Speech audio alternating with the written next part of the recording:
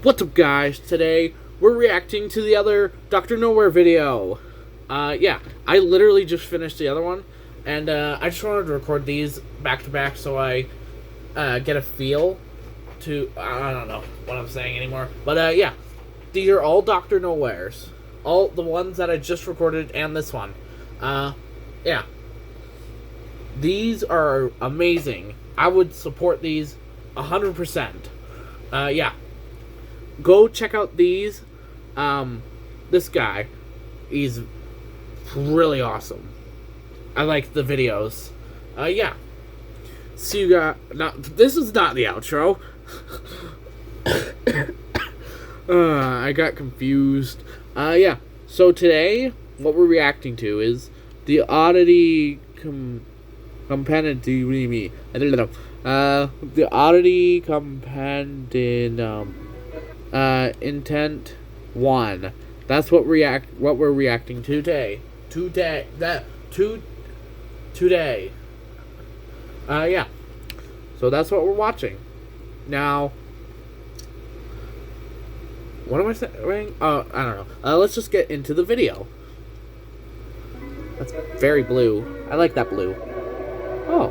Dr. Nowhere's Office of Wonders presents the Oddity Compendium of the Beginner's Anomaly Education Program. Huh. Welcome to the Oddity Compendium. Thank you. Today, we will be learning about many wonderful and strange oddities that exist inside of, outside of, and around your universe. Okay. Strange phenomena can range anywhere from life forms, products, and organizations to even events and anomalous time periods. Important? The following information has been acquired from realities that may be separate from what you are currently residing in. Oh. Please be aware that knowledge or comprehension of incompatible information may result in a conscious reality fracture. Okay.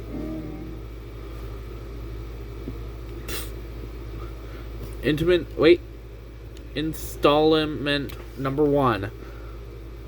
Fleshbeds and land is forgotten. Faces and geometric knowledge bond belief. Okay.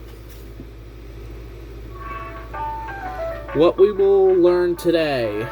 Your own bed may be harboring and hungry for your flesh. Sleep with a cold fan on if possible. I would like a cold fan. If you're ever walking downstairs one morning and your family is gone, interacting with the headless corpse that remaining in their steeds should be avoided. Non-experience is a contagious disease. Huh. Any more? Or is that what we're just learning? Oh, one more. If you're out in the middle of nowhere and you get a rush of brilliant ideas, turn back immediately. Enlightenment is a drug, and the withdrawals can kill. Huh.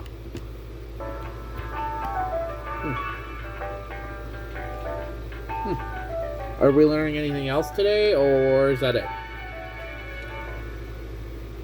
Purple. Oddity number 1. Fleshbeds. Popular laws. What is it? I don't know what to say. Category parasite.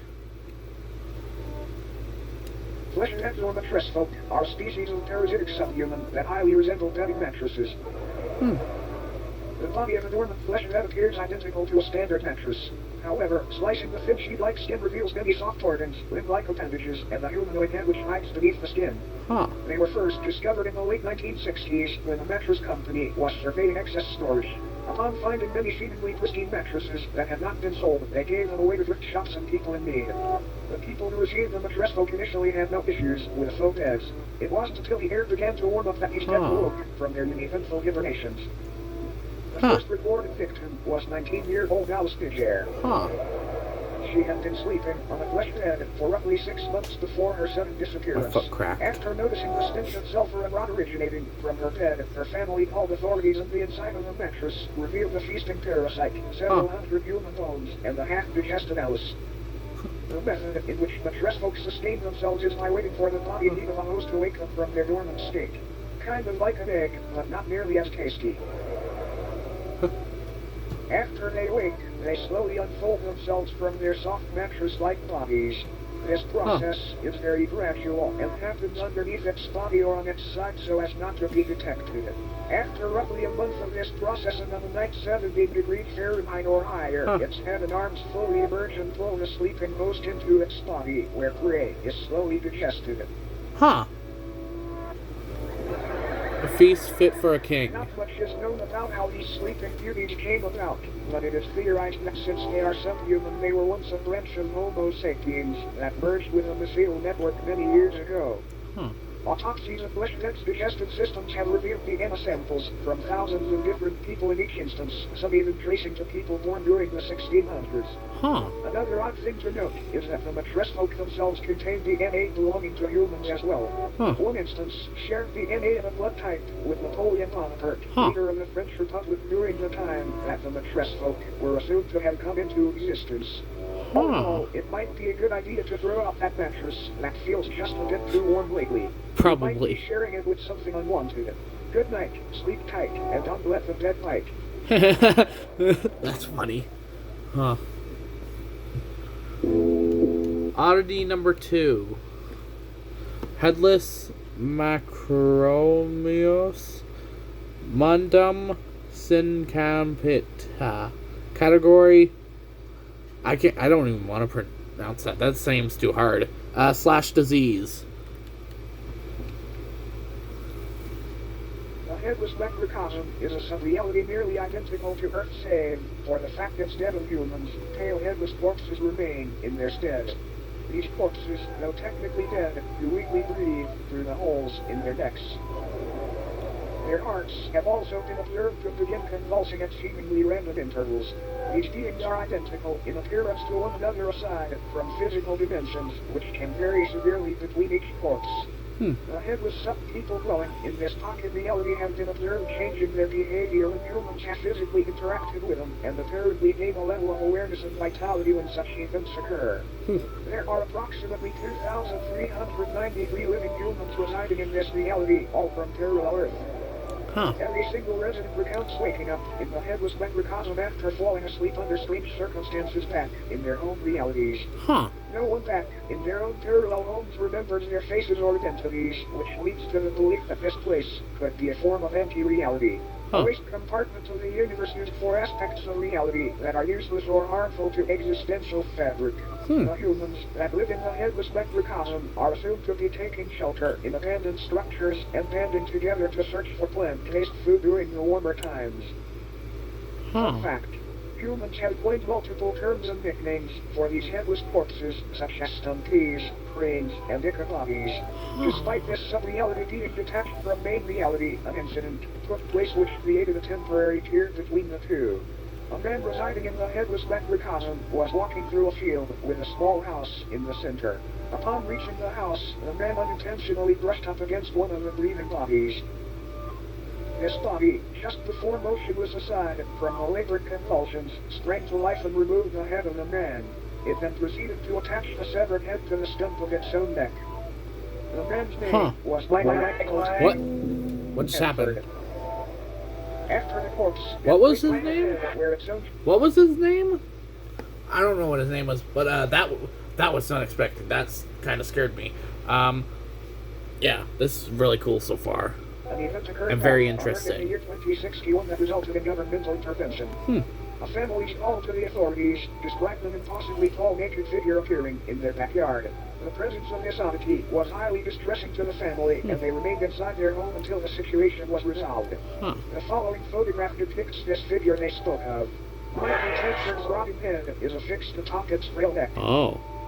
Shortly after the photo was taken, what was left of Tedford's existence was removed from the premises and taken to an upscale anomaly testing site. Apparently, this corpse was attempting to quite literally prevent Tedford from off of his that scared me.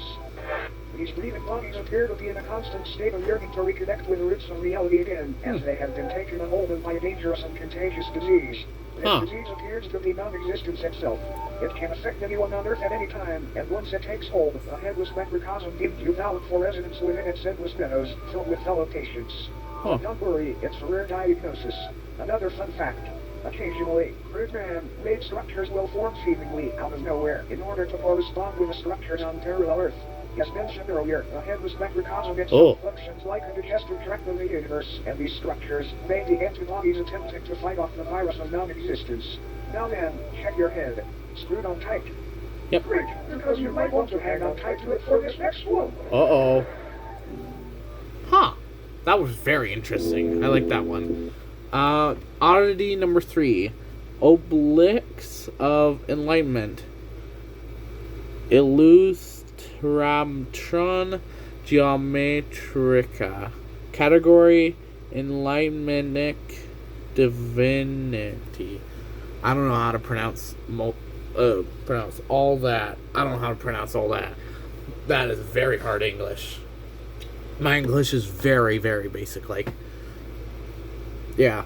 Let's just push play and react to the rest. The Obelisks of enlightenment are collective of monolithic beings that are currently residing in different remote locations across the world. Also known as the Fathers of True North, they appear in groups of 1 to 8 and stand anywhere from 10 to 150 feet tall. What? Each obelisk is levitated just barely above the ground and facing geodetic north. Though most of them reside in remote fields and deserts, they have also been found floating above the ocean within the vicinity of the Bermuda Triangle of the moon. They are moving just ever so slightly. They're on the moon? Approximately 2 inches forward a year. These obelisks are enlightened in the infinitely vast secrets of the universe, and they're constantly vocalizing the excess information as a means of ways to counteract the overwhelming intake of knowledge. Though currently enclosed and monitored by government entities, many people have wandered into these locations prior claiming to be following the sound of angelic singing. This alluring hum emanating from these obelisks produces a massive increase in general intelligence in subjects listening. Folklore often refers to the frequency as the sun as a divine contour. Each obelisk's biological elements are unraveled thousands of feet into the sky to make a metaphysical connection from Earth to the universe. It is assumed this is a form of knowledge worship, an attempt to make a mortal sacrifice for an immortal honor. Fun fact, these organs are confirmed to be those of the humans and other biological matter that were absorbed after enlightenment. That's very interesting. Upon perceiving the words spoken by the obelisks or entering into close proximity with them, the human brain either spontaneously expands and combusts or receives an ability to comprehend the sacred information. Talk about being open-minded. Whenever a subject is able to comprehend this knowledge, they are biologically absorbed into the obelisk, becoming wholly unified with the being. It is not entirely understood how these anomalies were brought into existence, but they seem to be tears in the fabric of reality akin to black holes. Many speculate that these rifts were opened by ancient giants who were dissatisfied with the lack of Earth's knowledge. Many unnaturally large humanoid skeletons have been found underground adjacent to obelisk sites, further supporting this idea.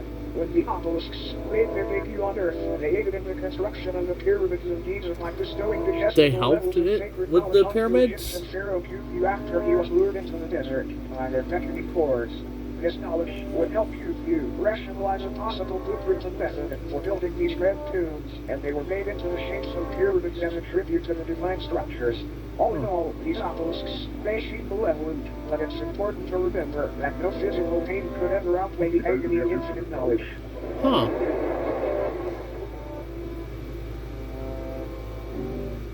Now, looks like our time here may be almost up. But before you go, it's time for a bonus oddity. A bonus oddity? What is it?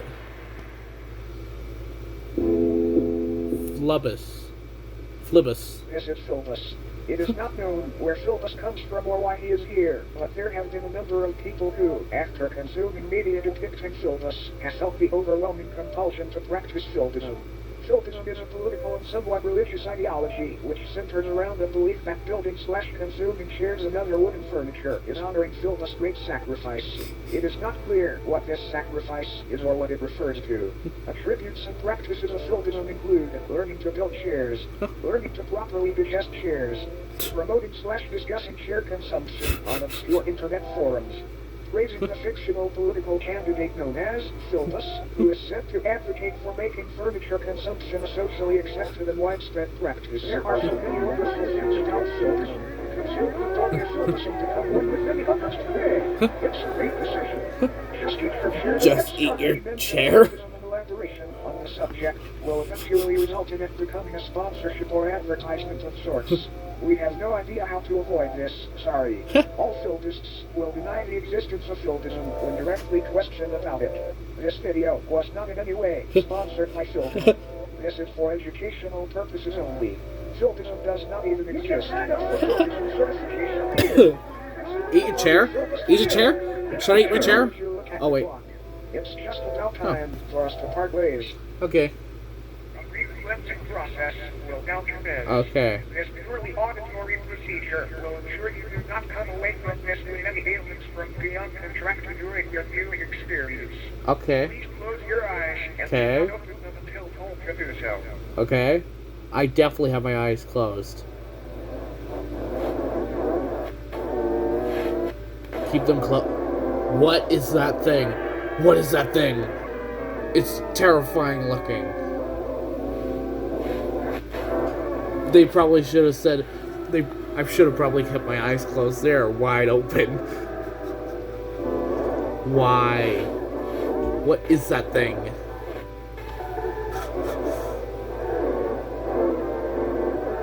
That's terrifying. You may now open your eyes. Thank you for complying. Thank you for attending. Oh, it's Dr. that Miller's thing. Office of Wonders. We hope that you enjoyed your stay. I did. Goodbye. We love you.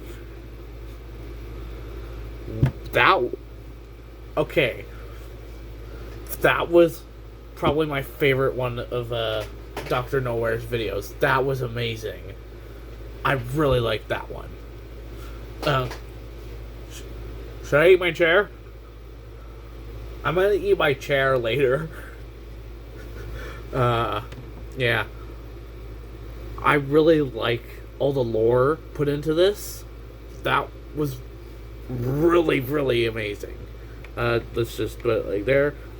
That is who made these videos. Dr. Nowhere. Everyone that watches this video, go subscribe to Dr. Nowhere. They make awesome content. Like the first couple, that one, and that one were pretty good, though. But that one standed out to me. I really liked how it was like, which one? The middle one, the headless ones. That was very cool. Like, I even got jump scared. Yeah. I really want to react to more stuff now.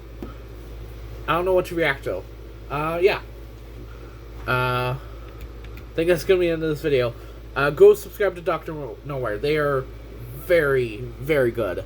I think these videos are amazing. Everyone that watched the video, go watch them. Yeah. I think that's gonna be the end of this video. Everyone, do not eat your chair. Don't eat your chair. Okay? Yeah. Like the video if you like the video. Subscribe. Hit the bell notification so you know when I post a new video. Yeah. Yeah, that was my favorite video that they made. I like the boiled one. I used to like the boiled... I used to like the boiled one video. That was my favorite one on their channel. Now that one was my favorite one on this channel. Yeah. Okay. I'll say this again. Like the video if you like the video. Subscribe. Hit the bell notification so you know when I post a new video. Yeah. See you guys in the next one.